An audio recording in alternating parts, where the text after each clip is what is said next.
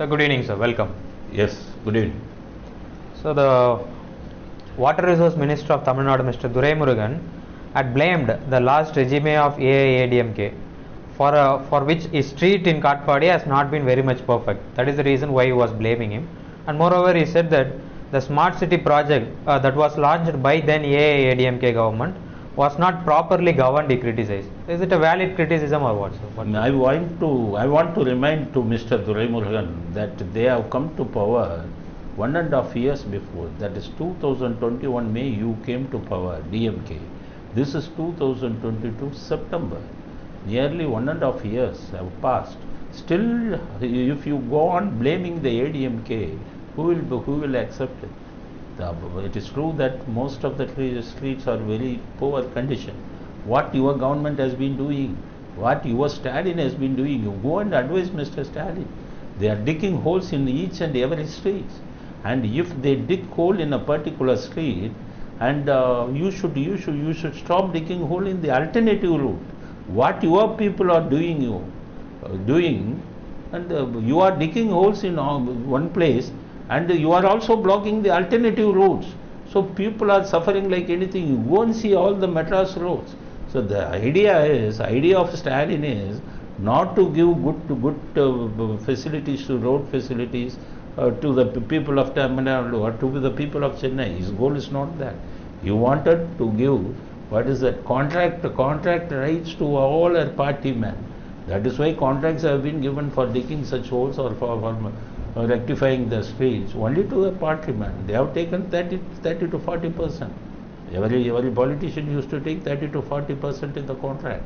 And if that contract people, they will be taking huge time to rectify it. That is why I have seen in some places for 1 month that has been blocked and the roads have not been placed. So in order to give contract to your party men, you have been doing this, but you are doing it very insensibly, just torturing the people, and just making the traffic to become very difficult.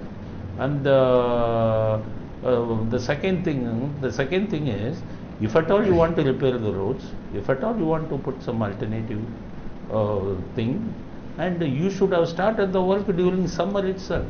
You should have started the work May, March or April, so that within 5 to 6 months you could have finished the work. Now, I know the politicians have no sense. They are not sensible. At least the officers, they should be very, very, very sensible, and they should be very clever. And what had happened, officers, even the officials of the Tamil Nadu government, they are also doing very foolish things by digging the road during the rainy season. They are digging the road during the month of September, and if even within 1 month, if they do not complete the work, and October the rain would start, and if there are holes, digging of holes in almost all the corners of the street, in almost all the street, how the vehicle will go, how the people can walk. Did you think about it? That is what Duraimurugan, you cannot blame on ADMK for a very long time. They were out of power 1.5 years before itself. You have been in power for the past 1.5 years. You should do the things instead of blaming the opposition. So the entire responsibility, the entire blame should be placed on DMK for not initiating the work with proper planning. So the Vigilance and Anti-Corruption Department made a raid in AIADMK ex-ministers, Mr. S.P. Velumani and Mr. C. Vijayabhaskar house. For that, the ex-minister Mr. D. Jayakumar had expressed his condemnation to DMK government, said that the current government not allowing the opposition party to work freely. So what's your thought on this, sir? No. If at all there are tangible evidences for corruption activities of any ministers, stern action has to be taken. There is no second opinion about it. We also support such actions. So whatever the raid is, but it should not be done with political motivation, because if DMK has been doing it only with the duty to punish those ministers who had amassed wealth, we don't have any objection. But I think this has been politically motivated because Stalin wanted to shatter the Aiadmk. That is why he has been targeting the Aiadmk political leaders. That is what I feel. But my point of view is that, of course, action has to be taken, stern action has to be taken against the Aiadmk ex-ministers, if at all they are found to be guilty. But at the same time, I want to raise some questions to Stalin. Mr. Stalin had given an affidavit before the election commission, wherein he had stated that his his property, his worth of property, comes around only 7 crores. He had said in the affidavit, I have got 7 crores of property. Secondly, 7 crores of property. But I want to raise a question. Stalin has been staying in a house at Velachery, and that will go around 100 crores. Stalin had got a house at Santa Road, that is what it is learned. That will go into several crores.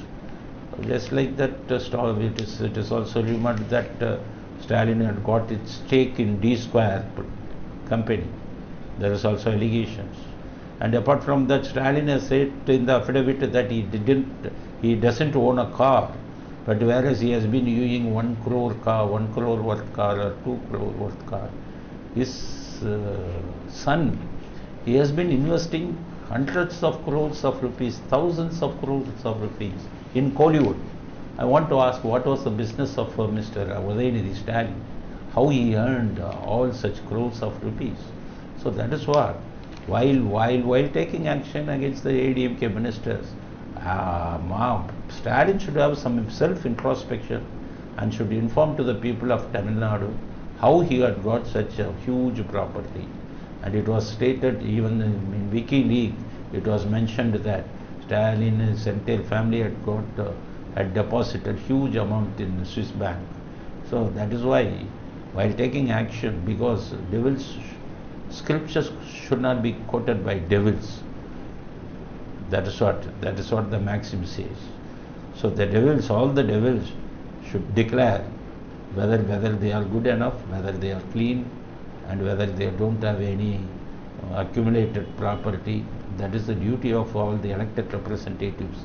Stalin, while taking action against the Aiadmk ex-ministers, should also declare that they did not earn anything, and they should declare the real value of their assets. Even recently, one minister, what he had done, one minister had conducted his son's marriage. It was said that he had spent some 50 to 100 crores. Thousands of chickens were slaughtered, and thousands of goats were slaughtered. That is what the report says. And in such a huge marriage, and where he was also getting that moi, that is the gift from all the people, from the people of his cadre, because he is the minister of department. If he started collecting that gifts and everything, all the ministries, all the persons working in the ministries, all the persons who have got some obligation in the ministry, they will come and give the money and gift. So such a huge marriage, which was conducted by a minister of Stalin's cabinet. But I want to remind Mr. Stalin what you did when Jayalalitha had conducted such a grand marriage for her foster son, and your Sun TV has been telecasting that. It was conducted in a grand manner by Jayalalitha, but everything was exaggerated by Sun TV. Sun TV had telecasted that 10,000 chickens were slaughtered and 20,000 goats were slaughtered. This is how they had spoiled the name of Jayalalitha among the public. Most of the people, most of the public had believed it, and based on that, Jayalalitha was defeated in 1996 assembly election. But I want to remind Mr. Stalin, in the same way as you blamed Jayalalitha, your own minister has been conducting such a grand marriage by spending crores and crores of rupees.